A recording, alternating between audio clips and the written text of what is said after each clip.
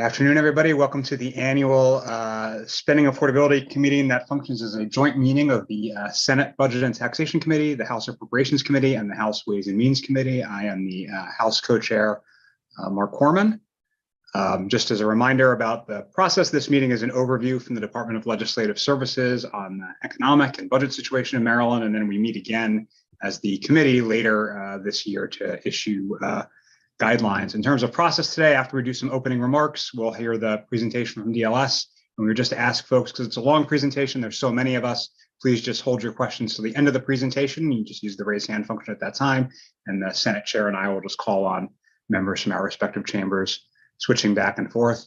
With that, I'm just looking to see if the speaker or Chair Barnes or Chair Atterbury want to offer any opening comments. Okay. Let me turn it over to my colleague, Chair Rosapet. Thank you. I think we got this all under control. I don't see the Senate President on here. I want to ask if the Chair of Budget and Tax would like to say anything. No, he didn't want to say anything. Okay, let's get started. Thank you. Thank you, Mr. Chairman. We've got a briefing today. It's going to cover a number of topics to sort of give you an overview of the fiscal outlook going into the next session.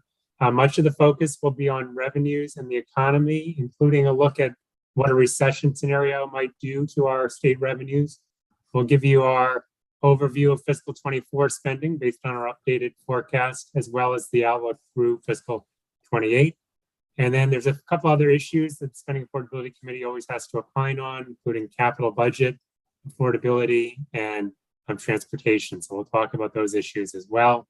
Just as an opening remark, I would say that we have come through 3 years that are, from a budgetary perspective, are truly the days of miracle and wonder. We've had state revenues as of this September for the period fiscal 22 through 24 are $7 billion higher than last September when BRE did its estimates for those 3 years. So state money has come flowing in, and over the last 3 years, we've gotten roughly $25 billion of federal aid for state and local governments in Maryland.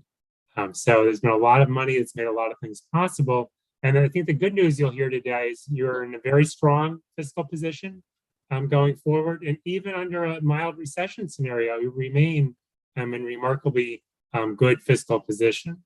So with that, I'm going to turn it over to Teresa Jasinski, who is our expert on the economy and revenues, to get us started. Thank you, Dave.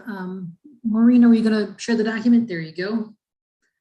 So I'm going to start with the revenues, and we're going to start with fiscal 2022. So this table compares the actual revenues in fiscal 22 to the estimate, as well as comparing it to fiscal 2021. As you probably have heard, fiscal 22 revenues came in over the estimate by 1.6 billion. That's about 7%. Overall, general fund revenues grew 15.4% over fiscal 2021. Ongoing revenues were up 17.5% over fiscal 21. These are very, very strong growth rates, but you need to keep in mind that fiscal 21 began in June of 2020. It's really the first year of the pandemic, and almost the entire year takes place before the widespread availability of vaccines. So we should see this really strong growth as a rebound from that first year of the pandemic, and not something we would expect to continue into the future. The overattainment is dominated by the personal income tax, which was over the estimate by a little over $1 billion, grew 15.7%. We're going to talk about the income tax in great detail in a minute. The corporate income tax was over the estimate by 94 million. It grew 16.3%. We've had very strong corporate income tax growth now for a couple of years. Part of what's going on is just really low corporate refunds. Corporate refunds were just $140 million in fiscal 2022, and they have not been that low since fiscal 2007. The sales tax was over the estimate by $268 million. About 65 million of this had to do with legislation that was passed at the 2022 session. House Bill 1450 related to the Blueprint Fund. It did a variety of things, including simplifying the distribution of sales tax revenue to the Blueprint Fund beginning in fiscal 2023. But the bill had an effective date of June 1st, and as a result, it eliminated the distribution to the Blueprint Fund for the last 2 months of fiscal 2022. That said, sales tax revenue was up very strongly, 19.6%. Fiscal 22 was the first year we collected a full year of sales tax revenue from digital goods, but overall online sales only contributed marginally to the growth. Higher inflation is a factor here. The sales tax, of course, is applied to the price. If the price goes up for any reason, including due to inflation, that is going to increase revenues, but it's probably a relatively small part of it because inflation has really been concentrated in sectors that we do not subject to the sales tax, that being gasoline, vehicles, housing costs, and food. Food would affect the sales tax through like restaurant sales, but we don't generally tax food at grocery stores. If we could go to the next chart. We're going to jump here to the general fund forecast. As you know, in September, the Board of Revenue Estimates issued a new general fund forecast. And you can see that here compared to their previous forecast from March. Overall, for fiscal 2023, they revised up the estimate by $1.2 billion. That's about 5.5%. They are expecting general fund revenues to fall 1.5% in fiscal 2023 and then grow 6.6% in 2024. But that's distorted by a one-time large transfer of $800 million from personal income tax revenues to the Blueprint Fund in fiscal 2023. This was required by that same piece of legislation from last session. Overall, the upward revision here follows from the overattainment in fiscal 22, except for the corporate income tax, which is revised down. The BRE does expect a significant rebound in corporate refunds from that very low level. The personal income tax was revised up, but by less than the overattainment. The BRE has revised their outlook for capital gains income. In March, they had assumed capital gains income would basically be flat this year and next. They now project tax year 22 capital gains income to fall about 14%, and for tax year 23 to fall about 9%. I'm going to draw your attention to the volatility adjustment line. That's $100 million in fiscal 23, $120 million in fiscal 24. The volatility adjustment was put into place by legislation at the 2017 session. It relates to the share of general fund revenues that are coming from non-withholding personal income tax. The concept here was to try and insulate general fund spending, and especially ongoing general fund spending, from revenue sources that we know are volatile. We know they go up big, but we also know they go down big. And we're going to talk about the volatility adjustment in more detail in a minute. So we're going to circle back on the next chart to the fiscal 22 closeout, but we're going to look in the detail at the personal income tax, since that was so important to the overattainment. What this table is showing you is the total personal income tax revenues. This is both state and local revenues. It's not just the general fund, because we're talking here about gross receipts and net receipts in the income tax. Both state and local revenues are collected at the same time, and this is how the controller collects it. So gross receipts in the income tax can be thought of as coming from three categories. There's withholding, which is what people see coming out of their paycheck. There are some other things in withholding, but most of it is coming out of paychecks. There's quarterly estimated payments. These are payments people who have a significant non-wage income make throughout the year to cover their tax liability. It might be somebody who's self-employed. It might be people who have significant investment income. And then there's final payments with returns. So you file your tax return in April, you owe money, and you make a payment. And then that gets you to gross receipts. You take off refunds, and you get to net receipts, which were over the estimate by $1.5 billion. Now you can see the vast majority of this revenue comes from withholding.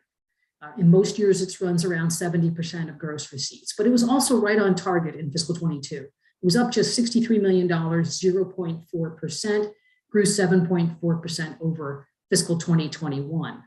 Quarterly estimated payments were actually slightly below the estimate, but they still grew a very strong 19.8%. And really the story here is those payments with returns. Up over almost $1.3 billion, growth of almost 58%. And on the flip side, refunds were a little bit below the estimate by about $200 million, and they grew by almost 11%. So what we have seen over the last couple of fiscal years is really strong growth in what we call non-withholding personal income tax revenues, and that being quarterly estimated payments and final payments. And to illustrate that, the next graph on the next page, this breaks down the annual growth in gross receipts by those three categories. So the light part of the bar is withholding, the middle part of the bar is estimated payments, and the top darker part is final payments. And the first bar is the fiscal year 2015 to 2020 average. And you can see over that 5-year period, on average, withholding accounted for almost 3/4 of the annual growth in those years. But in the last 2 fiscal years, things have changed significantly. In fiscal 21, it was quarterly estimated payments that provided a big source of growth. And we just saw in fiscal 22, it was final payments that provided a big source of growth, much bigger than the historical average. When we see this kind of growth in non-withholding income tax revenues, it's usually an indication that non-wage sources of income are growing very rapidly. These could be, again, business income for the self-employed, investment income of various kinds. And this leads directly into this volatility adjustment. So if we go to the next graph, this is a calculation that feeds into the volatility calculation. And this is non-withholding income tax revenue as a percent of total general fund revenues. And this goes back to fiscal 2010 through the actual in fiscal 2022. And then you can see the BRE forecast, which is the dash part of the line, out to fiscal 2028. This is their September forecast. So again, non-withholding income tax revenue means quarterly estimated payments and final payments with returns. The share tends to fluctuate over the years. You can see it covers quite a range here. The solid black bar line is the most recent 10-year average. It's about 15.6%. As recently as 2019, it was about 16.2%. And you can see it really has jumped in the last couple of fiscal years. By the time we get to fiscal 22, fully 20% of general fund revenues are coming from non-withholding income tax revenues. That's a higher than it's been in the entire period since we've been calculating this. The way the volatility calculation works is the BRE is required to calculate this percentage. What percent of general fund revenues are coming from non-withholding income tax revenue? If that percentage is above the 10-year average, they're required to include in the revenue estimate an amount of money that's sufficient to bring the share down to the 10-year average, with the proviso that the adjustment cannot be more than 2% of general fund revenues. So to translate all that into dollars and cents, the next graph does that calculation for, we show you fiscal 22 actual, and then for fiscal 2023 to the 2025 estimate. So the large light blue bars on this graph, that's the amount of money the adjustment would be if we were going to bring it down to the 10-year average share. So non-withholding as a share of general fund revenues down to the 10-year average. But again, the statute limits it to 2% of general fund revenues, and that's the middle bar. So in fiscal 23, the total amount you would need to get down to the 10-year average is about $1.5 billion. And in fiscal 24, it's a little over $1 billion, and it's a little under $1 billion in fiscal 25. 2% of general fund revenues would be about $475 million in fiscal 23 and a little over $500 million in fiscal 24 and 25. However, there was a provision in the 2018 Budget Reconciliation and Financing Act that for these fiscal years put in place specific dollar limits on how big the volatility adjustment could be. And those are shown in the small dark blue bars. So you can see in fiscal 23, that's $100 million. That's what we saw in the forecast page a couple pages ago. It's $120 million in fiscal 24. It's $140 million in fiscal 25. In fiscal 26, under the current statute, it goes to 2% of general fund revenues. So if the purpose of the volatility adjustment is to insulate the spending side of the budget, and especially ongoing spending, from a revenue source that we know bounces around a lot, it's not really accomplishing much at the moment because it's set at such a low level, not only relative to the total amount you'd need to get down to the 10-year average, but even low relative to 2% of general fund revenues, that current cap is not really doing what it's intended to do. And one option would be to go to the 2% of general fund revenues as the volatility adjustment over the next couple of fiscal years, rather than these hard dollar limits. So to illustrate what it means to say that this revenue is volatile and it goes up and down, as Dave mentioned at the beginning, we did run through a re-estimate of the big sources of the general fund revenue under an alternate economic forecast. One thing we haven't talked about so far is the economy. And there's obviously, in particular, the economy if in the context of if there is a recession. So if we can turn now to the economy, we're going to start here with what looks like a very complicated graph. It kind of is. I apologize for that, but it does illustrate what has happened since the BRE did their forecast. This is a graph of inflation-adjusted U.S. gross domestic product, GDP. That's a broad measure of the U.S. economy. It's quarterly data, so it starts with the first quarter of calendar 2022, and it goes through the fourth quarter of calendar 2024. It is measuring the quarter-to-quarter change in U.S. GDP, and it's quarter-to-quarter and not year-over-year, because that's how this data is reported when the U.S. Department of Commerce releases it. It's how economists think about it.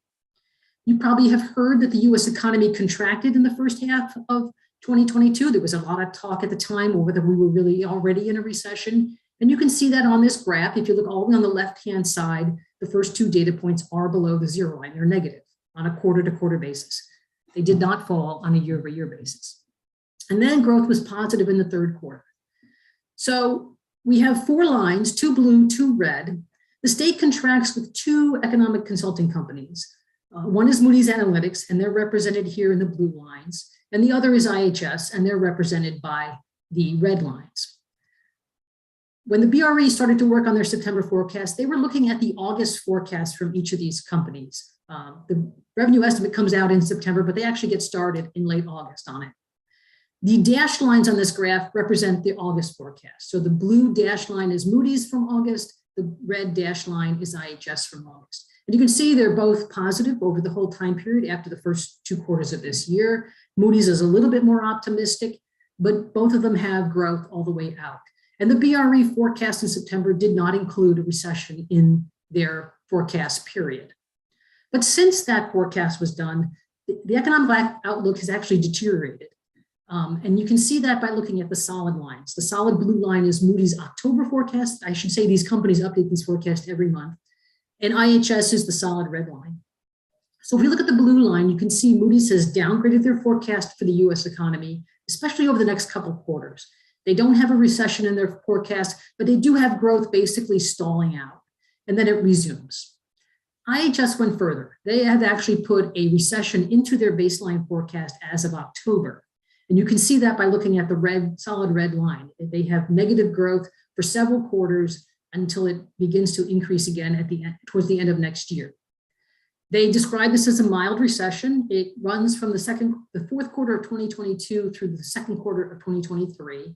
They consider it mild because the overall drop in GDP is pretty normal for a US recession. It's not particularly extreme. What's driving the recession is really the tightening of financial conditions. That's the Federal Reserve raising interest rates very sharply throughout the year with plans to continue more rate increases over at least the next several months. That has resulted in very high interest rates in a variety of other areas, including mortgage rates, which have gotten up to 7%. That's starting to have serious effects on the real estate market. Obviously, the stock market has been in bear territory for much of the year. And it's really that tightening of financial conditions that caused IHS to move from an economy that just slows down to one that actually goes into a recession. So if we go to the next chart, we can see what this means for the labor market. So this is the forecast of the US unemployment rate. Again, it's quarterly data, it goes out a little bit further into 2025. And again, the 2 blue lines are Moody's, the 2 red lines are IHS. Look at the blue lines and they've barely changed at all between August and October. So despite the fact that Moody's has downgraded their forecast of the economy, it has almost no effect on their US unemployment rate forecast. And this would be a scenario where growth slows sufficiently to bring inflation down, which is what the Federal Reserve is trying to accomplish, without seriously damaging the labor market.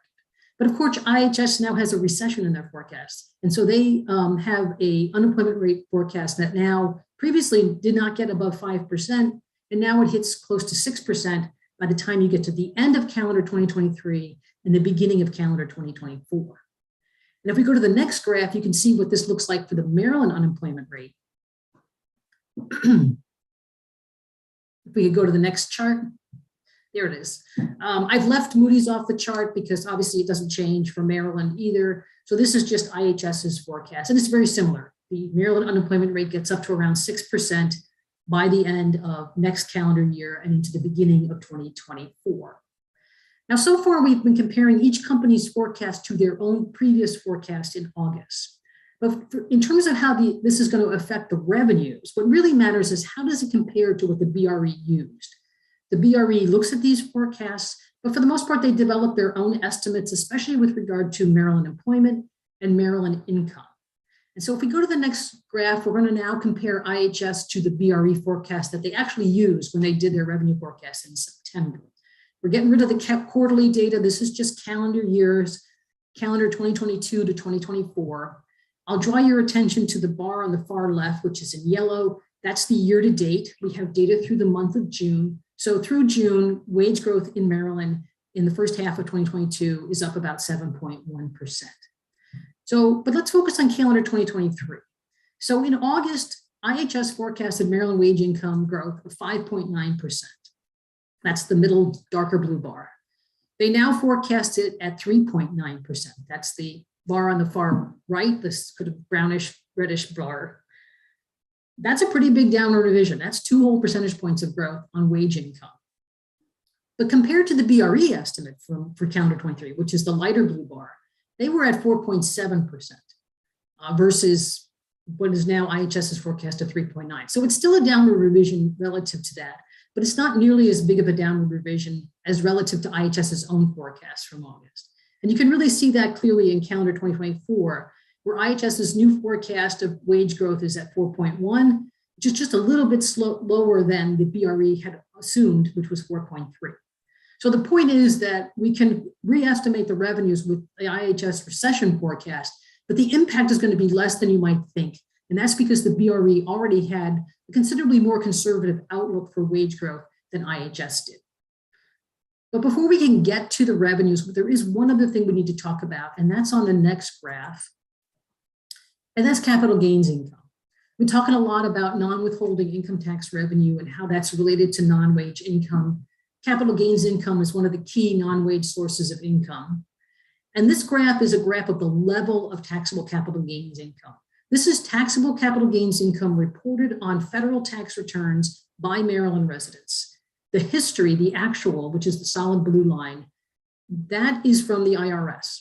And the graph starts in tax year 2005.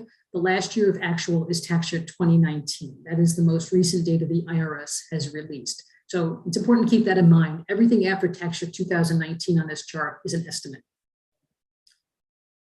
Generally speaking, neither IHS nor Moody's forecast capital gains income. It's not part of personal income, which they both forecast in great detail. So they don't do it. They don't do it for the US, they don't do it for the states.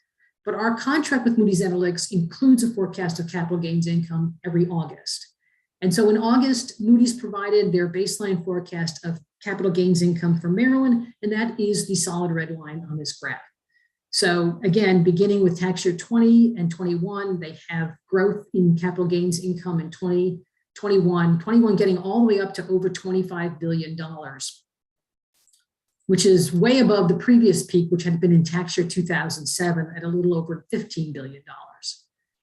After that, they have capital gains income falling, comes down to about $22 billion in fiscal tax year 22 and drops a little bit further. As I mentioned, it's about a 14% decline in tax year 22, another 9% in tax year 23. Between tax year 21 and 23, it's all total, it's about a 22% decline in capital gains income.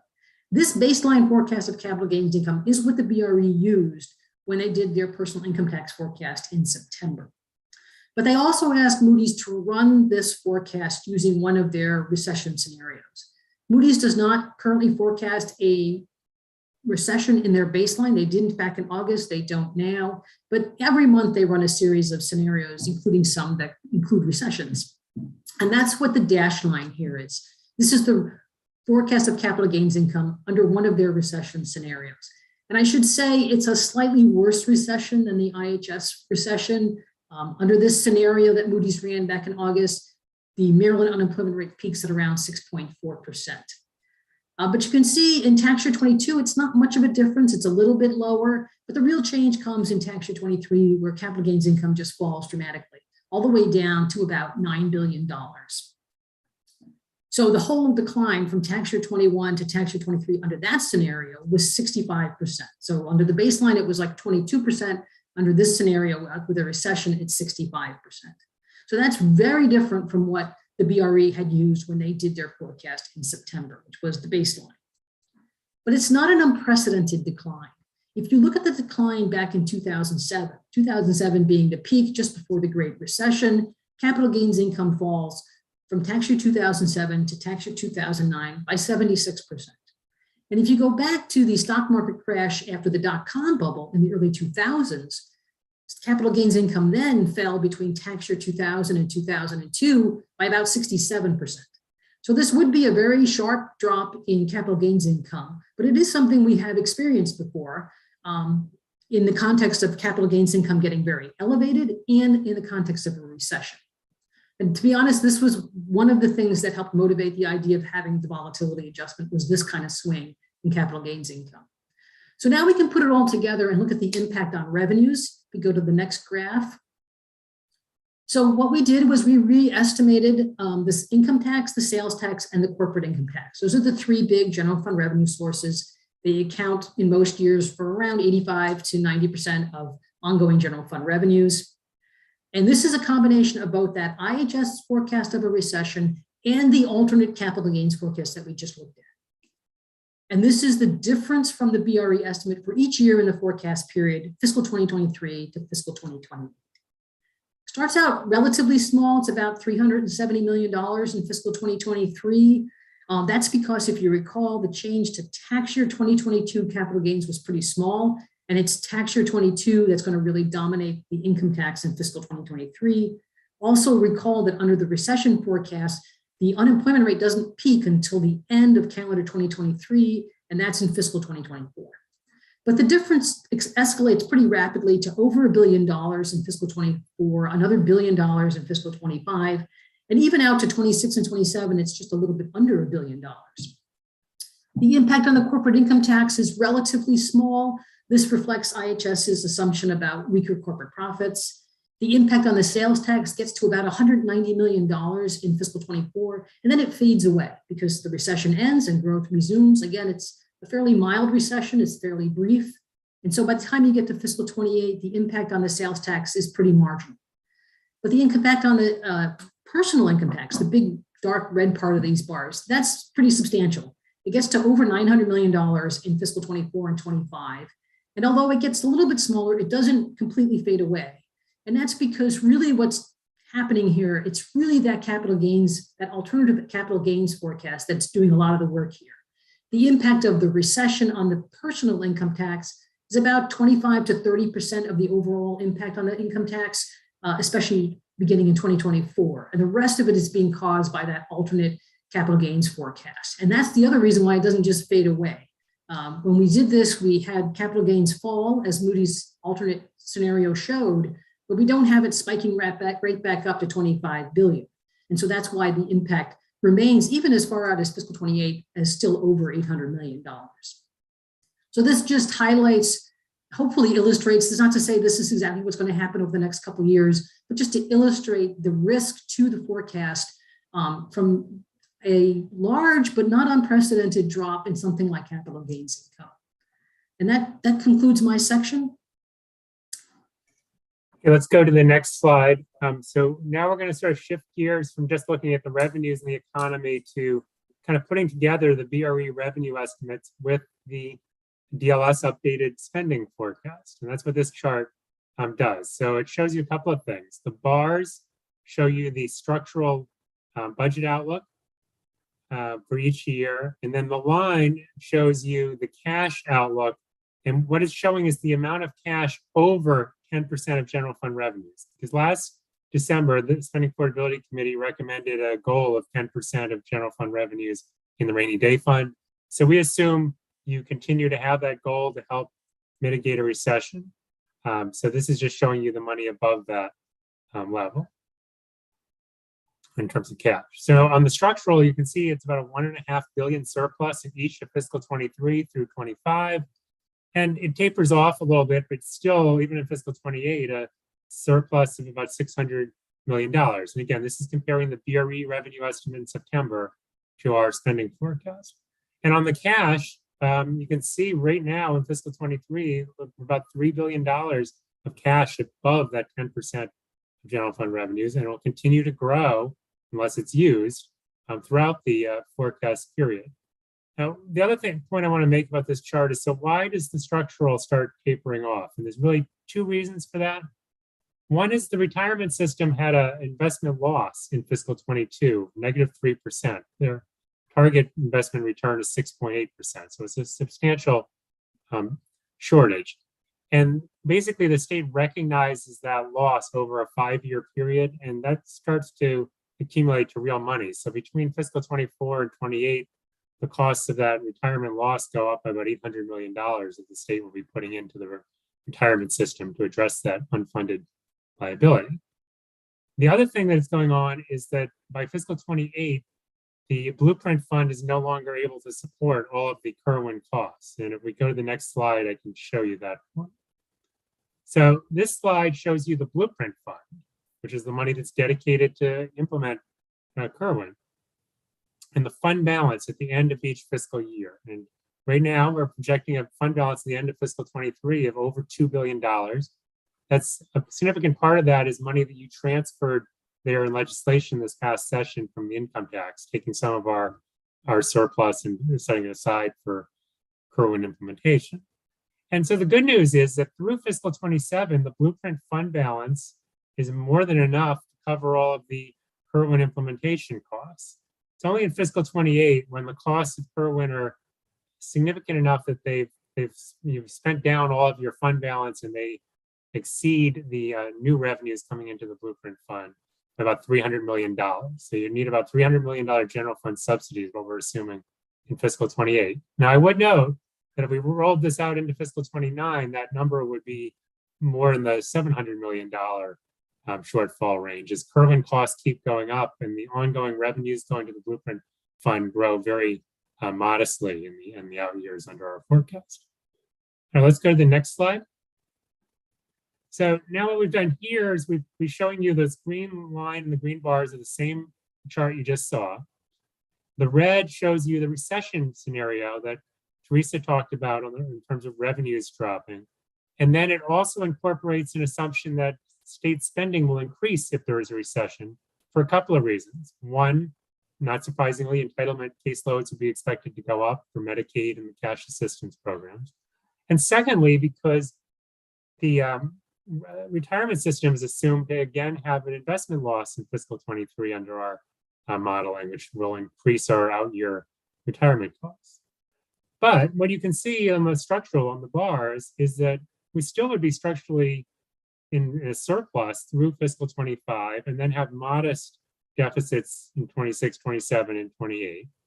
And on the cash basis, again, this is above 10% of general fund revenues, you would still be above 10% of general fund revenues through fiscal 26. Only in fiscal 27 and 28 would you need to start dipping into the rainy day fund or take some other combination of actions to achieve balance. So it really illustrates that the tremendously strong financial position that the state is at this point in time would really allow us to get through a mild recession without significant pain.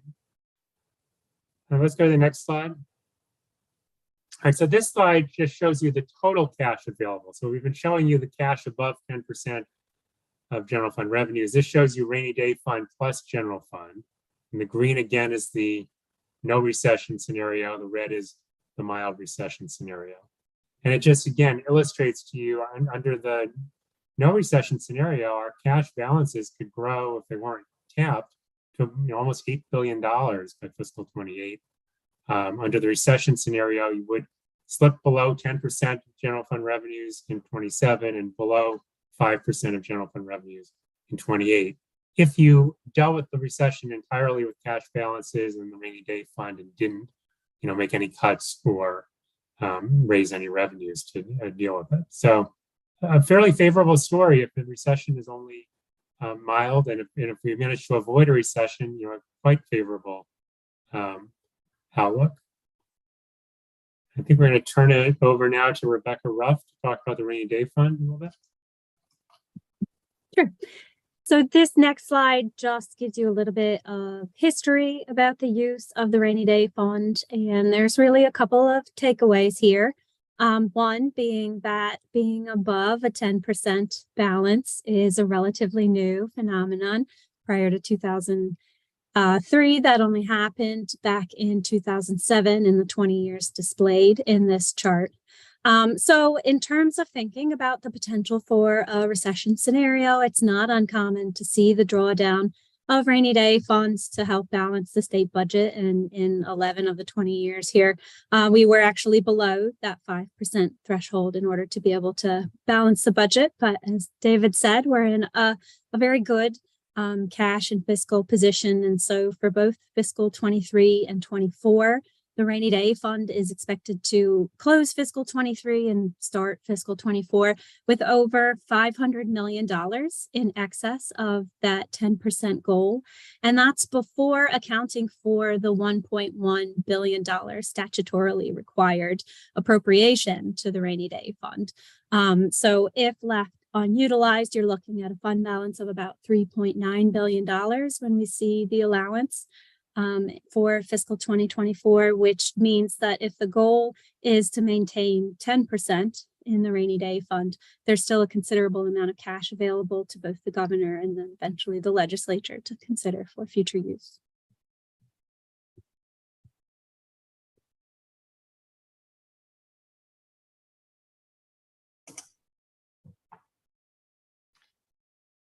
So the next couple of slides present some of the assumptions that we used in developing the baseline. I'm not going to go through all of them. I'm just going to highlight a few key points. The first is that when the fiscal 2023 budget was enacted, it was anticipated that the public health emergency would end before the start of fiscal 2023. So the fiscal 2023 budget did not account for the enhanced Medicaid match that we've received over the last few years. We now know that the public health emergency has been extended into January 2023. Which means that the enhanced Medicaid match is available until March 2023. When the national public health emergency ends, you still are able to claim the enhanced Medicaid match through the end of the quarter in which the public health emergency ends. That also, however, means that the freeze in disenrollments continues, and so that we no longer expect the recertifications to begin until, or we no longer would expect recertifications to begin until January 2023, when before it would have begun at the start of fiscal 2023. So the caseload is higher in fiscal 2023 than the budget projected, but the caseload really begins to decline in fiscal 2024 because you would begin the recertifications. You have 12 months to complete those recertifications. The other key enrollment assumption is that currently the K through 12 enrollment is projected to increase, but remain below pre-pandemic levels. However, the actual enrollment won't be known until December 1st, when the State Department of Education is required to release the enrollment counts. If you go to the next page. A few other key assumptions are that there was $69 million of funding restricted in the rainy day fund appropriation in fiscal 2023 to be used for various, to support various pieces of legislation. Although those have not currently been released, we did assume that those funds are expended for the restricted purposes. We assumed in fiscal 2024 that there's a 2% general salary increase, as well as a merit increase. And we did include an assumption about the costs related to the family medical leave insurance program for state employee contributions beginning in fiscal 2024. It's a total of about 18 million, about 13.5 of that is general funds.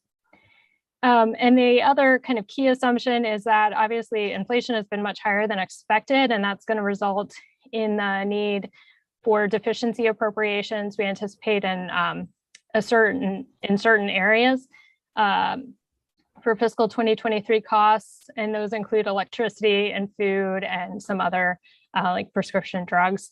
And the total general fund impact would be about $20 million. In fiscal 2024, inflation would be a little lower based on current forecasts. If you turn to the next slide. So this slide looks at the vacancy rates among the executive branch agencies. It first compares it to what the budgeted turnover levels are.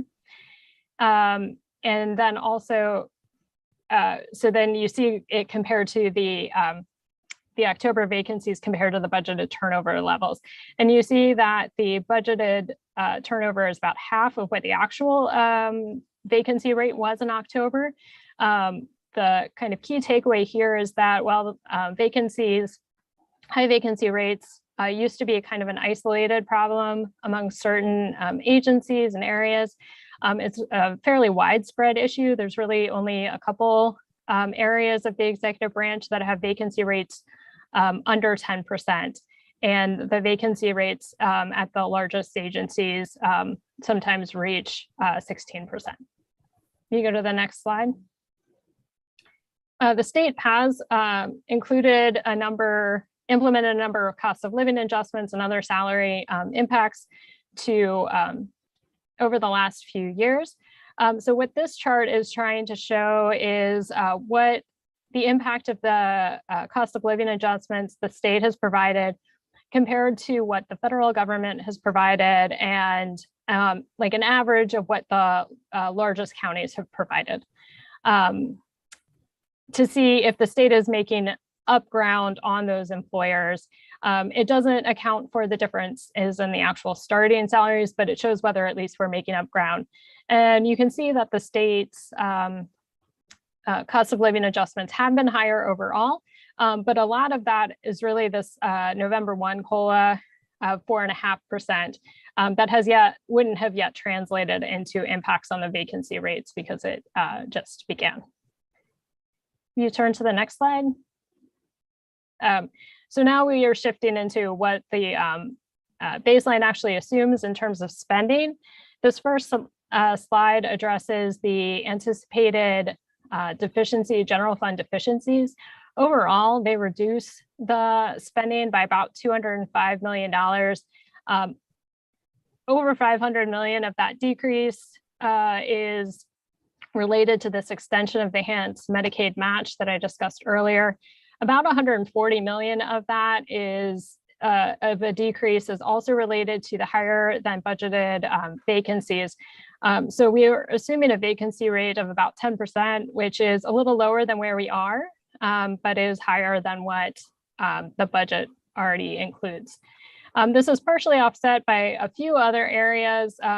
The largest of this is related to bond premium shortfall, which you'll hear a little bit more when we get to the capital discussion. About 126 million is related to the 4.5% COLA.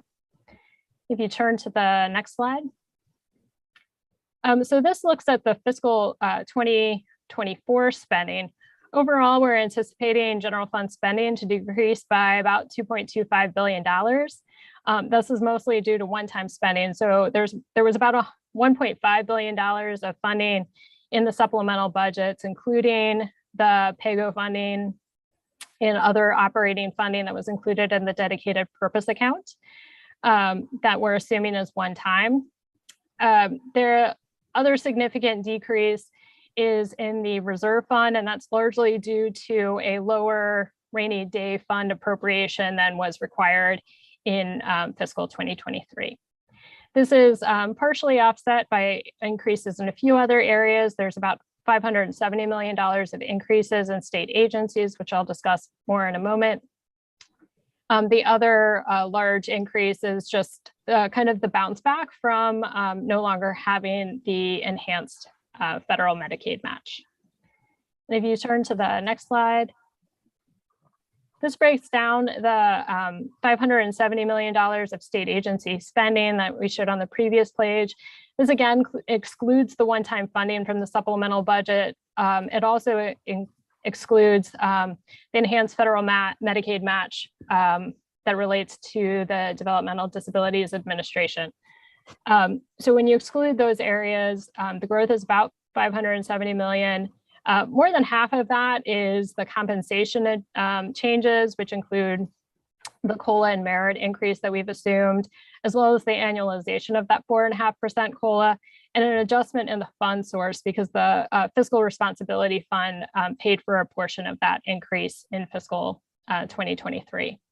There's another significant increase for health insurance, pension, and the new family contribution for state employees. There's about a $60 million increase that is related to the vacancies. So we're assuming the vacancy rates continue to decline to about 8% in fiscal 2024, which is still higher than what's budgeted, but it would be lower than what we're anticipating for fiscal 2023.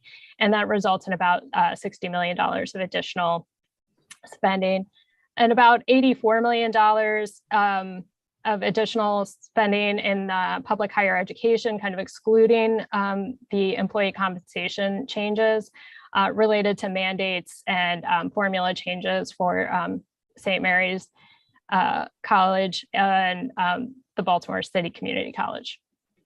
And that concludes the information that I have for you.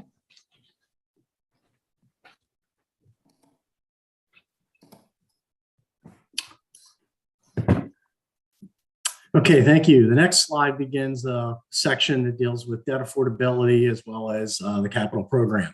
The slide you see before you it shows the affordability ratios for the state. The state has two criteria to determine the affordability of state tax supported debt. State debt service cannot exceed 8% of state revenues, and state debt outstanding cannot exceed 4% of personal income. The illustration shows what the affordability ratios would be at the Spending Affordability Committee's recommendation at this time last year, which was a little over $1.2 billion of general obligation bond authorizations for fiscal 2024.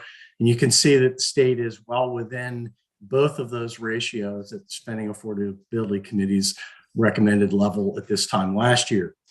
I would point out that the Capital Debt Affordability Committee has recommended a much lower level of bond authorizations for both fiscal 24 and 25. Appendix 17 on page 59 illustrates what those ratios would look like at the lower Capital Debt Affordability Committee's recommendation for GO bonds. And they are only slightly below the numbers that are reflected for the ratio for both of the ratios at the higher Spending Affordability Committee recommendation, again, because the state is enjoying strong revenues. If we turn to the next slide. This slide illustrates what's going on with bond premiums. The state sells its GO bonds and the state can realize bond premiums when the true interest cost on those bonds is less than the par value or the coupon rate that are paid to the investors. And in recent years, the interest rate on state paper has been significantly low relative to the coupon rate that the state pays to investors, which has ranged between 4.5% and more recently 5%. Now, this is significant because the expectations are that the interest rates are going to continue to rise, and this is what's illustrated in the graph on this page. In recent years, the interest rate has ranged below 2%, roughly in the 1.5%. But for the last bond sale in June of this year, the interest rate ranged close to 3%. And there's an inverse relationship between the interest rates and the bond premiums that the state collects. As interest rates go up, it gets closer to the coupon rate and bond premiums are no longer realized. Now, in recent years, the state had used the bond premiums that it had been collecting to pay debt service or to eliminate the need for general fund subsidy on debt service. But in recent years, the state has increasingly used the bond premiums to support the capital program at roughly $618 million over the last 3 years.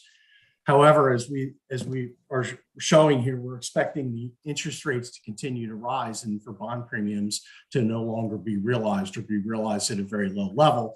And the out-year projections do not estimate bond premiums. And this can be found in Appendix 16 on page 58 of the document, which shows the annuity bond fund estimates for the next 5 years. Now, this has a twofold impact. One, the state had already allocated $260 million of bond premiums to projects supporting supported in fiscal 2023. And the estimate is that it would be that the state's going to be significantly short of that. And we've built in $220 million in the baseline to account for this shortfall in premiums. And we're recommending that general funds be used to support this unrealized premiums. But this also is impacting the ability for the state to be able to acquire these premiums and use to support the capital program in the future as well, as we're not expecting interest rates to be low enough to support bond premiums in the out years. If we turn to the next slide, this deals more directly with the capital program. The state's more recent strong cash position and resulting fund balances allowed for an expansion of the capital program, using both the bond premiums previously discussed as well as general funds. In fiscal 21, for instance, the state used roughly $165 million of general funds to support the capital program, increasing to $510 million in fiscal 2022 and an unprecedented $2 billion in fiscal 2023. However, the state's appetite for capital spending relative to the commitments it had made bears some discussion, and that can be found on the next slide on page 28.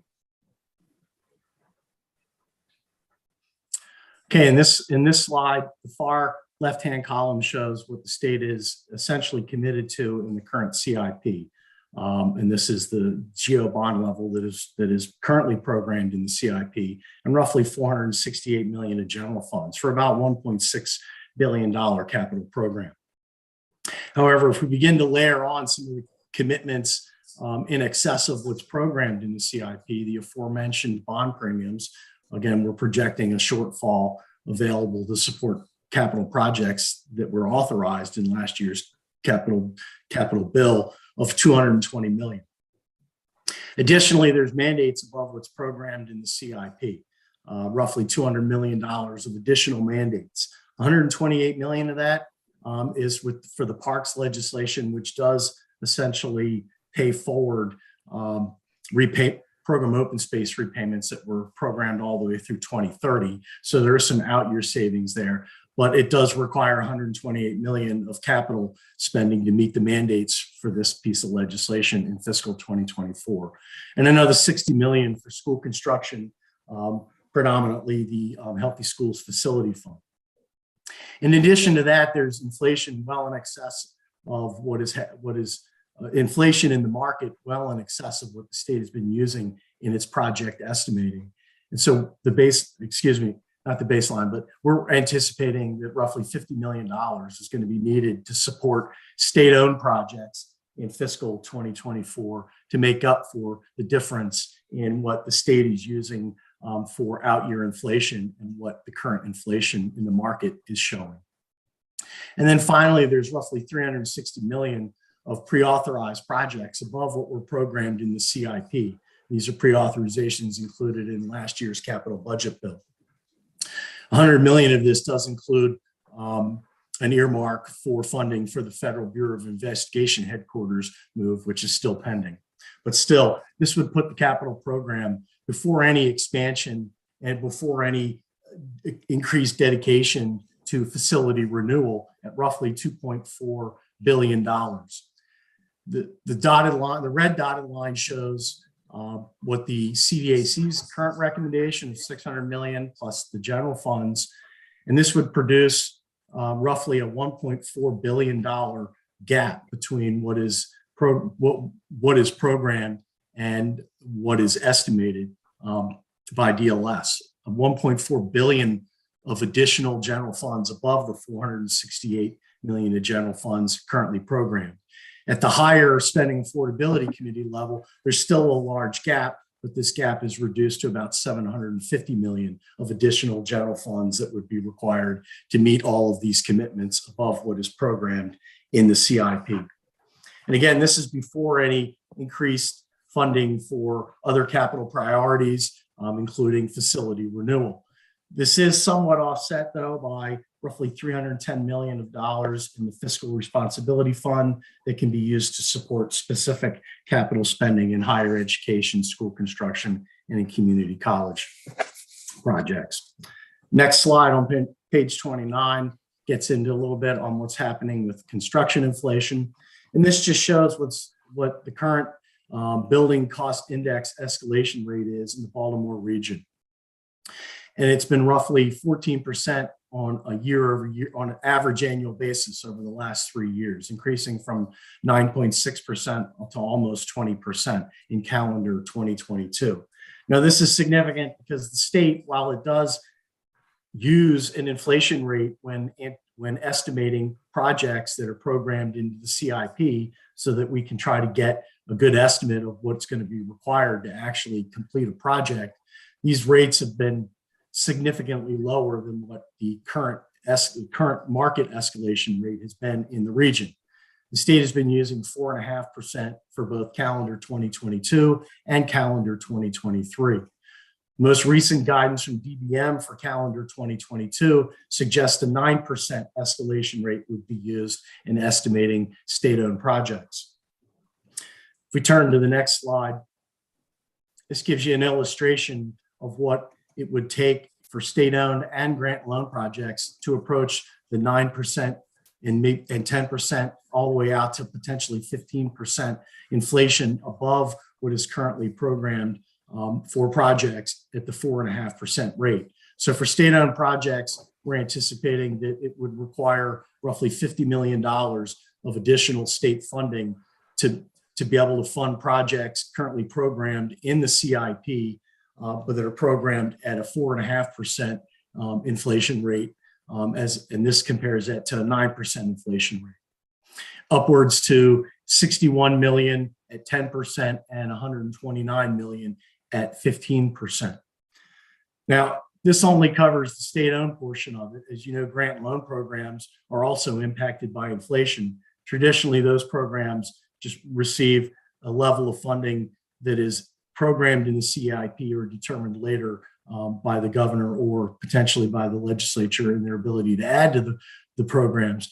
But these projects that are contained in these programs are also dealing with inflation as well. And if these programs are not expanded to meet that inflation, then that reduces the spending power in each of these programs. And at a 9% inflation rate, the grant and loan portion of the program would require roughly $73 million of additional funding in order to reach a 9% inflation in those programs and not reduce the spending power in these programs substantially. Let's go to the That's next what I have slide. for capital. Yeah, let's move. So this next section, we just want to talk about, as you saw, you have a large fund balance and you've heard kind of the operating and capital issues that are going on. So we just wanted to throw some ideas out there, particularly around good government in terms of using some of that fund balance, particularly the one-time fund balance. So the first item here is what Teresa alluded to with the revenue volatility, that given the significant risk we have, given that our revenue estimate assumes a level of capital gains and other non-withholding revenues that are well above the 10-year average, that we go ahead and set aside 2% of general fund revenues starting in fiscal 24, rather than waiting to phase that in fiscal 26. And that would cost about $400 million to set aside to help protect us from the stock market, having a real negative experience next year or two. The next item, which we actually assumed in our baseline would get funded, is we're running a bit of a deficit in our health insurance account. So we suggest this is for state employees and retirees health insurance, and we think we should shore that up while we have the cash available. That would cost about $145 million. You just heard Mr. Klein talk about the capital needs from the bond premium and the inflation to the various commitments that are above the $1.2 billion GO authorization limit that was recommended last December by the Spending Affordability Committee. So those will all be good uses of one-time cash to sort of supplement that $1.2 billion of GO bonds. Another item that you set some money aside last session for is deferred maintenance. Both state agencies and public higher education facilities have significant amounts of deferred maintenance, about $150 million at the state agencies and about 700 million in the higher education facilities. You may want to set aside at least a small amount of money to continue to help them, chip away at those needs. It wouldn't be one of these briefings if we didn't talk about unfunded liabilities. I know everyone gets excited about this topic. So what I don't have on here is the biggest unfunded liability that state government faces is our retiree health unfunded liability, which is $16 billion. And so really that, even we could put a little bit of money toward it, but we're not going to get very far, even putting $1 billion aside. So we focused here on some of the unfunded liabilities that we could actually significantly reduce or even erase, given the magnitude of cash available. Our local income tax reserve account, a lot of money was borrowed, especially during the Great Recession, with no plan to repay it. We have about $740 million that is sort of unfunded there. There's an opportunity to sort of address that. And then the state is self-insured for workers' compensation for state employees, and we are sort of underfunded there by about $300 million. So again, an opportunity to address that if people are interested. A couple of other topics. One is that there's also an opportunity here to dedicate money for either special funds that you're concerned don't have adequate funding, much like you did with the Blueprint Fund last year, or setting aside money for specific kind of activities that are going to be need kind of a one-time infusion. For example, if there's a transportation project that is significant that would be kind of above and beyond what MDOT is sort of built into the capital plan, this would be an opportunity to set money aside in the dedicated purpose fund to supplement what MDOT has available. And finally, as you saw, if we are able to avoid a significant recession, we have substantial structural surplus, which provides opportunities for ongoing spending enhancements at a fairly significant level, as well as some targeted tax relief, if that's what the General Assembly is interested in doing. Just have a little reminder there at the bottom of the page that back in 2021 session, in the Relief Act, you enhanced temporarily the earned income tax credit. And you also, in a separate piece of legislation, extended that to provide the same benefits to tax filers who lack a Social Security number. That expires after tax year 2022. So if you want to extend that, this next session would be the time to do so. Extending it, though, would cost about $230 million in terms of lost revenue on an annual basis. So the last section that we have is Department of Transportation, where you have to make some spending affordability recommendations, and I'm going to turn it over to Steve McCulloch, who will walk you through that. Thank you. The chart on the top of page 32 compares the Transportation Trust Fund forecast that MDOT released last January. That's the first column. It compares it with the draft forecast for the 2023 to 2028 period. That's the second column, and the third column then shows the differences. And looking at that, there are a couple key takeaways. The revenue picture is improving for the Transportation Trust Fund, just like it has for the general fund. You can see that with a net total revenues of $1.6 billion between the two forecasts, MDOT forecasts. Now that includes a reduction in the amount of federal COVID and stimulus funds of about $500 million between the two forecasts, and does also include an increase, slight increase of $245 million in additional bond proceeds.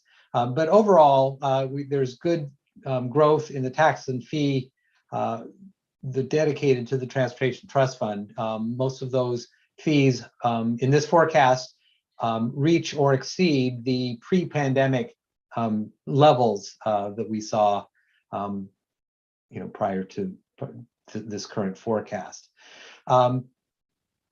Because of legislation on the spending side, looking down on the second part of that table, on the spending side, operating budget increases account for about $780 million increase over the 6-year forecast, and highway user revenue grants increased by $805 million. That is due to legislation passed last session, which increases the local share going forward for the next few years, and then starting in 2028 sets it at a slightly higher rate than it is in the current year. Then the next column over looks at the DLS forecast. We do a forecast of the bigger revenues. We also layer in our baseline spending forecast. And on the revenue side, the DLS forecast assumes about $621 million net increase over the the MDOT draft forecast. That is largely due to difference in assumed amount of motor fuel gallonage that will be sold over the next few years, layered in also with slightly different estimates of the cost of gasoline and the CPI rate. On the spending side, on the operating budget, our general fund forecast for 2024 is about $31 million higher, and that's largely due to the fact that the MDOT forecast came out prior to the announcement of the 4.5% of general salary increase that began on November 1st. The DLS forecast does include that and then carries that forward to get that. So between the revenue increase in the estimate and the increased spending, there's still in the DLS forecast would result in about $40 more million going to highway user. That's just a product of the revenue percentages. And then it would leave an additional $136 million for the state capital program. Going to the next slide, please. Now we start looking at the consolidated transportation program, or the capital program for MDOT. And the top table compares the CTP that came out last January with the draft forecast that came out in September 1 of this year. And you can see that in total, there's about $2.2 billion increase over the January CTP. Federal funds account for $1.3 billion of that, and that is the increase that is provided through the Infrastructure Investment and Jobs Act, or IIJA, accounts for a 20% increase. You also see the increases in taxes and fees and the bond proceeds and premiums as well. That is a fairly big increase given the and shows the recovery from the pandemic forecast that we've faced the last 2 years. Legislation passed during the last session now does require the Spending Affordability Committee to make 2 additional recommendations with respect to transportation. The first is to recommend a fund balance for the Transportation Trust Fund, and the second is to recommend a minimum level of spending for system preservation.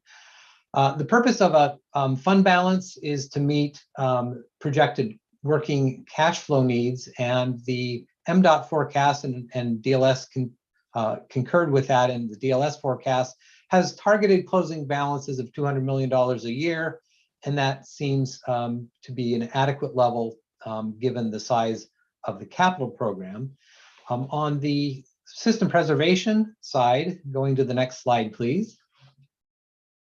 The top chart shows the 10-year history in the 2024 programmed level in the draft CTP for system preservation spending. And the red line shows that system preservation spending as a percentage of total capital. And then the black line is the 10-year average of system preservation funding. Looking at the red line, you'll note that in 2014, at the beginning, system preservation funding accounted for 46.6% of total capital spending. 2014 was the year that the gas tax revenue increase that was passed during the 2013 session kicked in, and so there was a big infusion of funding to help meet pent up system preservation needs. As you can see in that red line, it declined steadily through 2022, where it reached nearly 29% of total capital spending, and is now projected with the current revenue estimates and program spending to increase to 37% of capital. And for 2023 and 2024, both those years are above the 10-year average. However, the graph on the bottom of page 34, the pie chart, shows the difference between total state of good repair need, which is largely analogous to system preservation funding needs, with the blue part of the pie showing what is programmed in the 2022 to 2027 CTP, the most recent CTP, actual CTP, and the yellow shows the funding gap of nearly $4 billion. So this just gives some context to think about when the Spending Affordability Committee makes a recommendation on the level of system preservation spending needs for MDOT, and we'll have more discussion at the decision meeting. And that concludes my presentation. And it also concludes the DLS presentation. I think our team is happy to take any questions the committee members have. Great. Thank you to DLS. Colleagues, if you want to use the raise hand function, Senator Rosapep and I can call on you, although I'm confident that Senator Rosapep can kick us off with a question. No. I want to give everybody else a chance. I don't see any raised hands. Well, while they're all screwing up the courage, I'll ask a question. This might be for Rebecca or Dave or Tanya, I'm not positive. There was a chart with the that showed the volatility, I have revenue volatility on the vacancy rates of the different departments and agencies. And I'm not sure we hit on this. How does that sort of compare historically? Obviously, it's very high, but I don't know how long that's been tracked. But how do the sort of current vacancy rates of the different departments, how does that look in the sweep of how long we've been looking at this? I think it's fair to say it's historically high. It is definitely higher than what you saw when we presented the information in the fiscal briefing in January, really in most agencies. Got it. Thank you. I will ask a question. Do we see another hand up? First of all, thank you for the extensive analysis, the stress test on the possibility of a recession. I think that's obviously the elephant in the room as we go forward through this session on the fiscal shape of the state. I wasn't clear how shallow a recession you were modeling. How does it compare with the last, 5 recessions in the United States, or compared to a standard? Say, how mild is mild? Senator, I think one way to think about it is if the unemployment rate for the US, for example, in this recession gets to 6%. In the Great Recession, it got to 10%. In the recession of the early 2000s, which followed the stock market crash and the dot-com bubble, it got to 6.3%. So it's actually a little bit, if you think about it in that terms, the unemployment rate, it actually is kind of in the ballpark of that recession in the early 2000s. Unemployment rate peaks a little bit lower than then, but it's kind of that kind of a recession. And I think most economists would argue that recession in the early 2000s was fairly shallow, although it did take a long time for employment to fully get back to the job. Even though it wasn't a very deep recession, it did take a fair amount of time for employment to get back. And interestingly, on the Maryland side, though, of the forecast, for Maryland, again, this IHS forecast is 6% maximum unemployment rate. In the Great Recession, Maryland hit 8.1%, so it's less than that. But in the early 2000s, we maxed out at 5% unemployment rate. So for Maryland, this scenario was actually a little bit worse than the early 2000s recession, which again, even for Maryland, was a fairly mild recession. So in that sense, it's in that comparison. I will say also, we're sort of starting at a higher level. In the early 2000s, we started at an unemployment rate of in the 3.5 to 3.7%. The Maryland unemployment rate right now is around 4%. We're actually a bit higher than the US. The US unemployment rate was 3.5, it's up to about 3.7. So to put it in context with more recent recessions, that's kind of where it falls. Thank you. Perfectly answers the question. Are there other questions from senators or House members? The Speaker Pro Tem has a question. Thank you. And thank you for this presentation. It's very extensive. I feel like I've filled up my notebook with lots of information. Very, very well put together. I just had a couple of questions. One in particular dealt with that unfunded liability with regards to the retiree health insurance. And I know you said by putting $1 billion in that really won't touch it.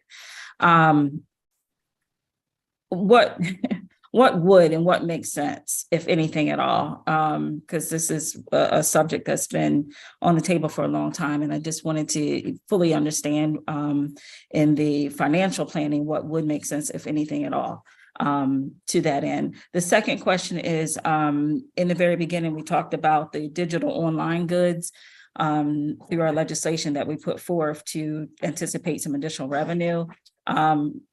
I just wanted to get a little bit more clarity on that, how that is potentially affecting what our plans were for the state budget. I can start out with retiree health, and maybe Teresa can take the second question. So, I mean, the retiree health liability is in the neighborhood of $16 billion. So, it's very hard to make progress that's significant and meaningful. I think if the state really wants to address it, we would have to make a significant ongoing commitment to put, say, $400 million a year into that account to keep, plugging away at. And we could certainly put one big plug now, say put $1 billion or something, but I think it would have to be followed up with sustained commitments to putting funds in there.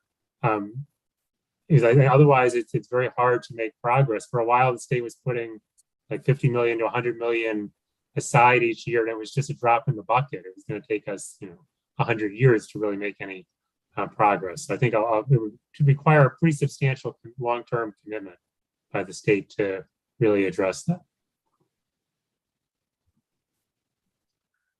Thank you on that one.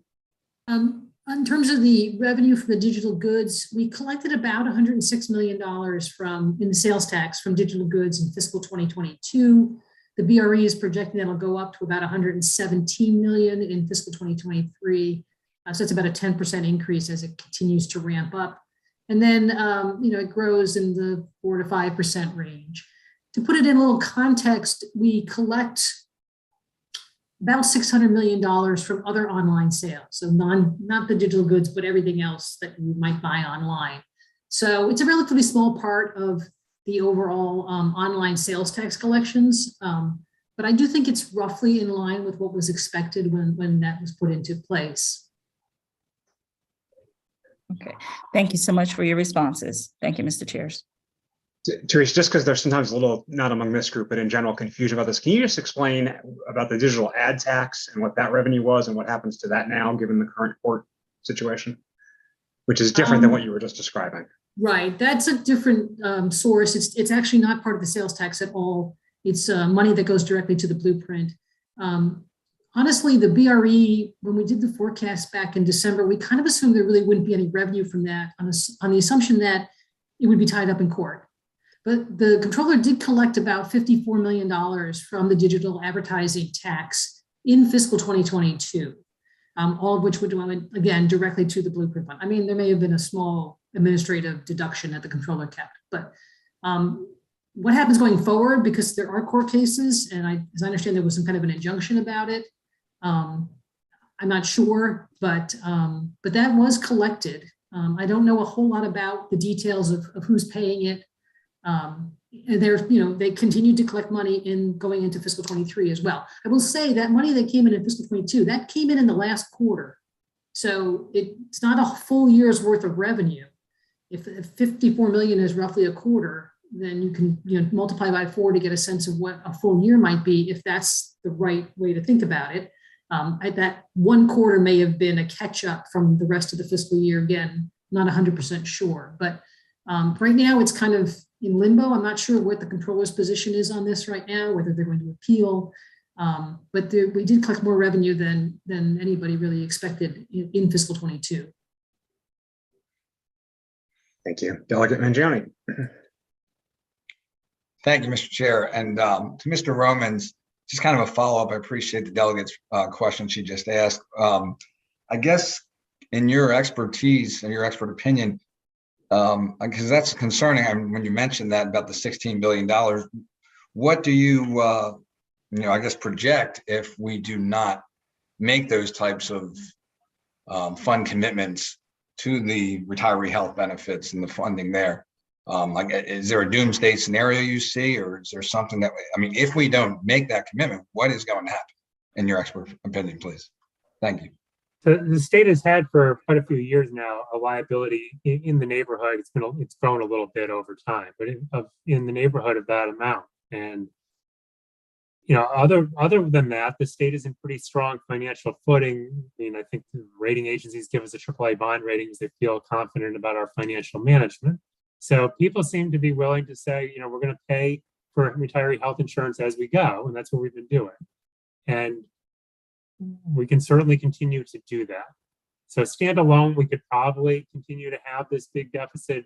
It's just worrisome because if we ever start falling behind in some of our other commitments, like the pension system gets way out of whack, or other, the state isn't as financially responsible as it historically has been, we start getting too many black marks with the rating agencies, and it just makes it more and more difficult for the state to manage its finances. So would it be better? It would be better to do something than nothing, but we've been muddling along because otherwise we manage state finances quite well, and we can probably continue to do that. Thank you for your answer, and I appreciate it because it helped better understand. So thank you very much. Any other questions for the good of the order?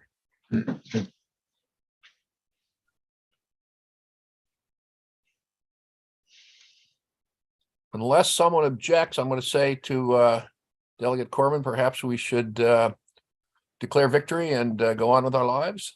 And thank you to the Department of Legislative Services. Have a great afternoon, everybody. Thanks a lot.